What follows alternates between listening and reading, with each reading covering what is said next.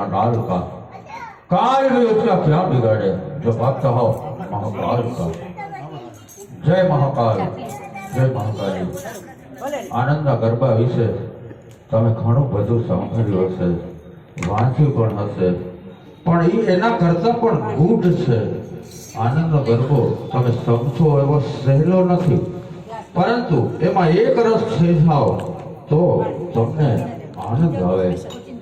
આનંદનો ગરબો એટલે શું? આનંદનો ગરબો એટલે એક એક શબ્દ એની પાછળનું ખૂબ જ મોટું રહસ્ય છે। આ તમને કોઈ દિવસ ક્યાંય પણ સાંભળવા મળ્યું નહીં હોય અને કદાચ મળશે પણ નહીં।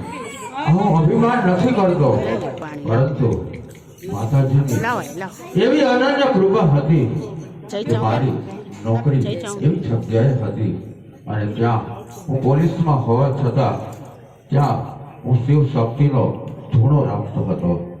અને ત્યારે રાત્રિના 1 થી 1:30 વાગ્યાના સમયે માતા ખુદ આવ્યા અને તેણે આનંદના ગરબા વિશે જે મને વાત કરી, જે હું તમને જે ફક્ત મારા માટે જ હતી, પણ આજે આ ભૂદેવનું ઘર છે એટલે અહીંયા પાત્રતા છે, એટલે જ્યાં પાત્રતા હોય ને ત્યાં જ પીરસાય, જ્યાં જ્યાં અમુક રહસ્ય પ્રગટ ના કરાય।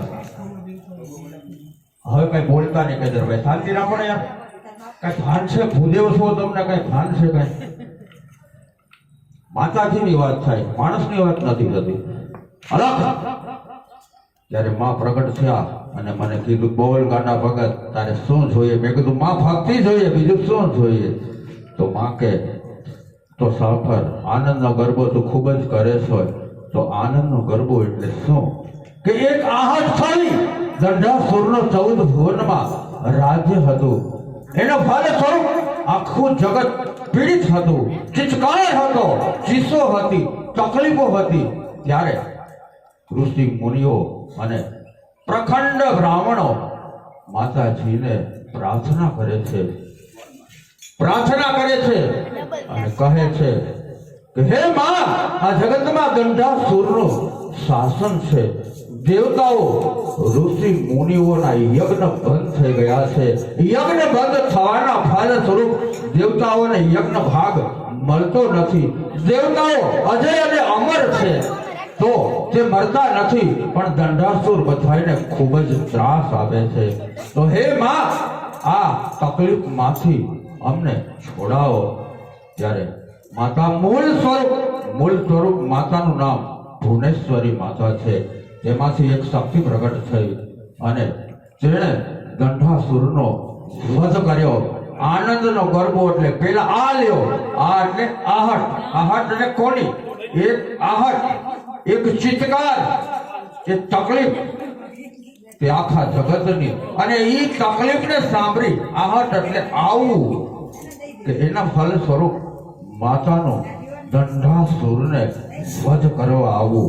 એટલે આનંદના ગરબામાં કડી આવે છે, આની મન આનંદમાં માંડે પગલામાં।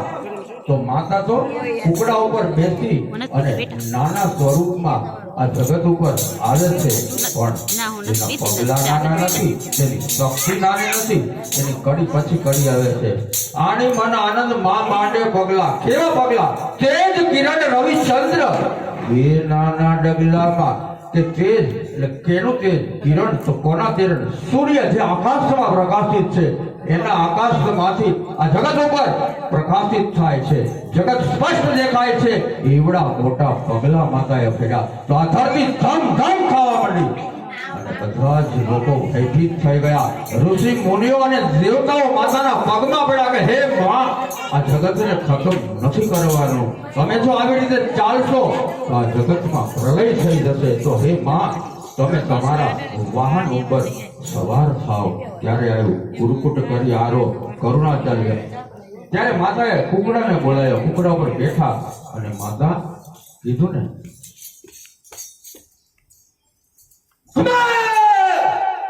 તેજ કિરણ રવિચંદ જે નાના ડગલામાં, ભયા કદમ 2-4 મદમાથી મદ ભરમાં, મનમાં કરી વિચાર, તેડાવ્યો, અનુચર એટલે કુકડો, તેડાવ્યો અનુચરમાં, કુટકુટ કરી આરો, કરુણા કરતાલીમાં કે માતા અસુરનો વધ કરવા આવી હતી પણ જગતનો ખતમ નહોતું કરવાનું, એટલે માતાએ કરુણા કરી આ જગત ઉપર, અને કરુણા દંડાસુર ઉપર પણ કરી કે અસુર એટલે શું? તમે અસુર એટલે સિંગડાવાળો રાક્ષસ માનતા હશો. અસુર આપણી અંદર છે, અસુર મહિષાસુર આપણી અંદર જે ખરાબ વિચારો સ્વરૂપ અસુર છે, તે ભક્તિના ફળ સ્વરૂપ માતાની કરુણા સ્વરૂપ તેનો નાશ થયો. ઈ મહિષાસુર અથવા દંડાસુર એનો માતાએ વધ કર્યો. આ એટલે આટલું જ બોલ્યો. આ એટલે આહટ, નંદ એટલે નંદ બાવા. માએ કીધું છે ને, કૃષ્ણ કૃષ્ણ કરી કારણ કીધું માં, ભક્તિ મુક્તિ દાતા થઈ દર્શન દીધું માં. કે આ જગત ઉપર માં મૂળ સ્વરૂપ છે, માં વિધાતા સ્વરૂપ છે, માં જોગ માયા સ્વરૂપ છે, માં યોગ માયા સ્વરૂપ છે. માએ યોગનું સર્જન કર્યું અલગ અલગ સમય ઉપર. આ જગતમાં અલગ અલગ સમયે અલગ અલગ અસુરો પ્રગટ થયા, ત્યારે માતાએ ભગવાન વિષ્ણુને અલગ અલગ સ્વરૂપમાં પ્રગટ કરાવી અને આ જગતમાં સુશાસનની સ્થાપના કરી. એટલે આ એટલે આહટ, નંદ એટલે નંદ બાવા. એના ઘરે આહટ છે કોની? યોગ માયાની, જોગ માયાની. શા કારણે થઈ? કે ત્યાં મામો કંસ માતા દેવકી નો સગો ભાઈ મામા હોવા છતાં પણ કૃષ્ણનો વધ કરવા તૈયાર થયો હતો. એટલે માતાએ ત્યાંથી કૃષ્ણને લઈ અને ત્યાં પહોંચાડ્યા. એટલે આહટ થવી, પહેલા માની આહટ થવી, પછી ભગવાન કૃષ્ણનું આગમન થવું અને આ જગત ઉપર ધર્મની સ્થાપના કરવી. ગરબો, ગર એટલે જથ્થો અને બા એટલે ગરબા, બા એટલે માં. ગર એટલે જથ્થો, જથ્થાની માં એટલે માં.